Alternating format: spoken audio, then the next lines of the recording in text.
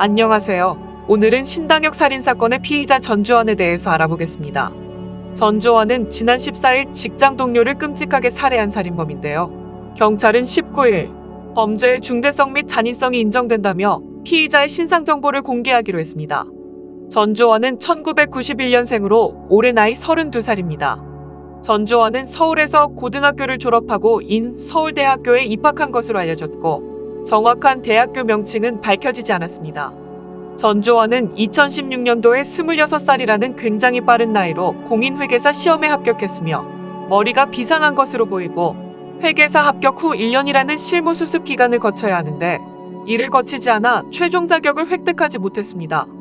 이후 전주환은 회계사의 길을 이어가지 않고 서울교통공사에 입사했습니다. 전주환은 지난 2018년 음란물 유포 혐의로 처벌을 받은 적이 있습니다. 전주환은 지난 9월 14일 오후 9시경 서울교통공사 입사 동기였던 1994년생 여자 영무원을 살해하는 끔찍한 범죄를 저질렀습니다. 2018년 교통공사에 입사한 전주환은 입사 동기였던 여성에게 약 3년간 350회 이상의 전화, 문자를 걸며 스토킹을 이어온 것으로 밝혀졌는데요. 불법 촬영 영상물로 피해자를 협박하는 문자까지 보냈다고 알려졌습니다. 당시 전주환은 이미 스토킹으로 서울교통공사에서 직위해제 상태였는데요. 범행 전날인 18일 6호선 증산역에서 자신을 휴가 중인 영무원이라고 밝히며 스케줄표를 확인했고 피해의 여성의 근무 시간을 확인했습니다. 또한 서울교통공사 내부 전산망의 허점을 파악하고 이를 이용해 피해자의 주소를 알아내 피해자의 과거 주소지 주변까지 찾아가 미행한 것으로 전해졌습니다.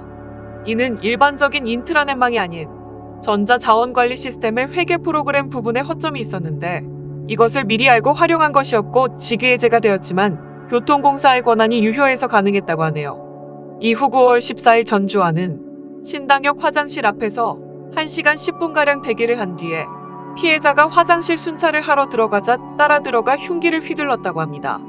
전주환은 지난 9월 5일부터 피해자의 집을 3차례 나가서 미행했습니다.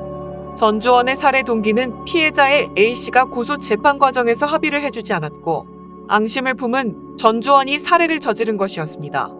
이에 따라 스토킹 범죄자가 불구속 상태로 보복 범죄를 일으킬 수 있다는 우려가 커지면서 스토킹 처벌법의 실효성에 대한 의문이 제기되고 있으며 반의사불벌죄의 폐지 또한 논의되고 있습니다. 전주환은 체포 후 우발적으로 범행을 저질렀으며 선처를 호소했다고 전해져 시민들의 광분을 샀는데요. 하지만 조사 결과 우발적 범행이 아닌 범행을 계획한 정황들이 밝혀졌습니다.